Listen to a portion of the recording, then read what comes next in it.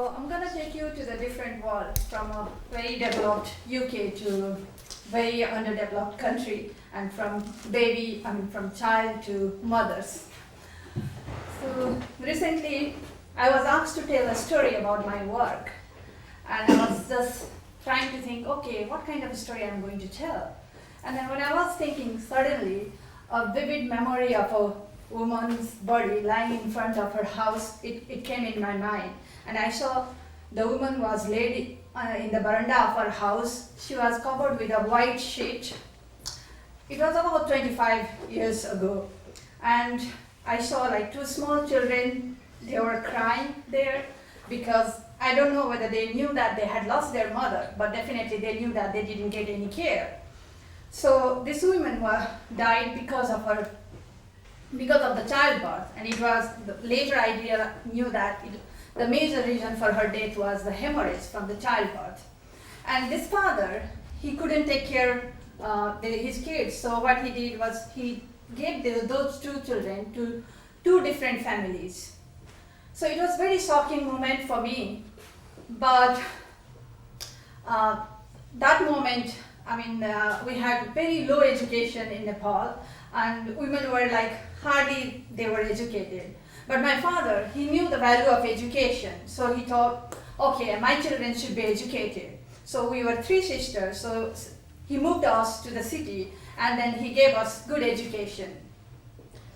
So afterwards, after having a good education, at one point in my life, I wanted to be a doctor, and I went to sit for the doctor's examination.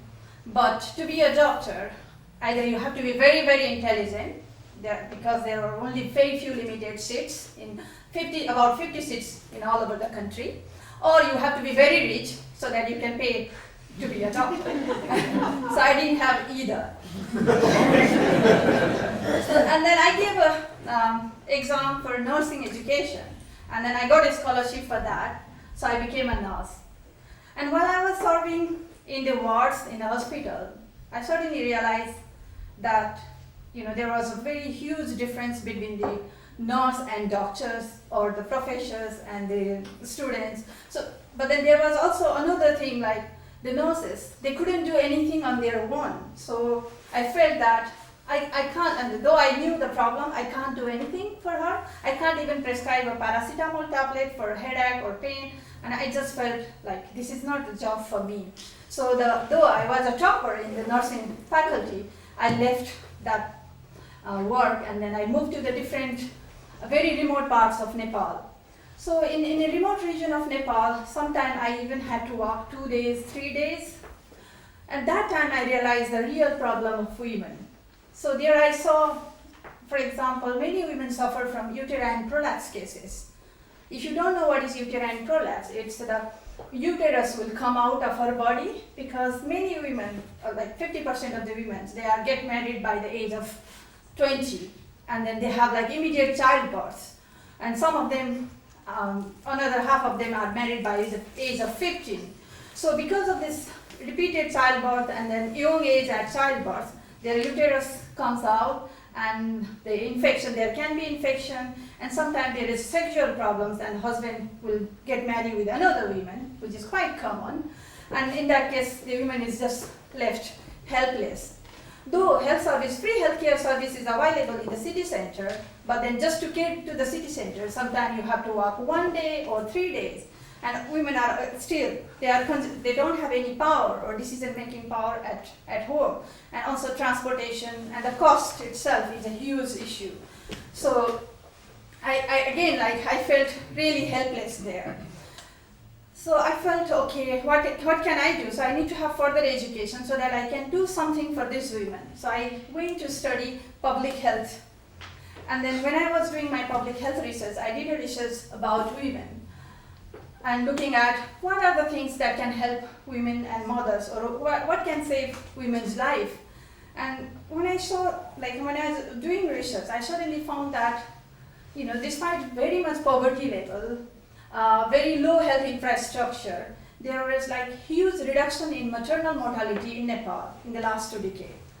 And I found, what is the reason behind that reduction in maternal mortality, despite, so much of poverty, so much lacking of skilled healthcare services, and also in the places that I worked, there was almost nothing, no service. Health center was there, but then hardly peon or the the support worker, they were providing the services. So when I looked at the literature, I found mostly this female community health volunteers we have all over the country who are working since 1988 in Nepal. They are involved in the women's education, or to refer women to the health center, or to provide basic medicines in the villages. And they are almost used by the public service because they are mobilized by the public health centers, but at the same time they are widely mobilized by NGOs. So if you don't know NGO is a non-governmental organizations or private organizations, and in the developing countries, most of the healthcare services are delivered by these private healthcare organizations. And they are mostly supported by, for example, UK is one of the major supporters to Nepal. Also USA, America is another major support. Australia, Canada, so they support a lot in NGO sector.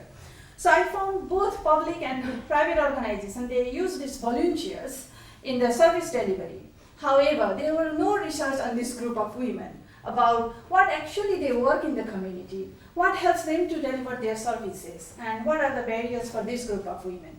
So I found that, and suddenly I found an advertisement from the University of Sheffield saying there is a research about, and they wanted to look at the factors for the reduction in maternal mortality in Nepal.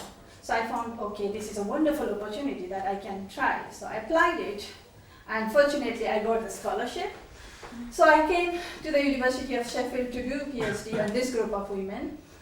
And to make it short, I looked at the research and I found that these women, volunteers, they are involved in almost all sorts of community activities, as I saw in theoretical papers. Even in the reality, that was the truth. So in the village, in one of the hill villages where I come from, I walked up to 6 hours, and then I found that there were auxiliary nurse midwife who were like little bit trained on the delivery and all these things.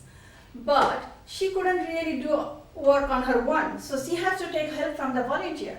And she's this volunteer who didn't have any formal education, who even didn't know how to write.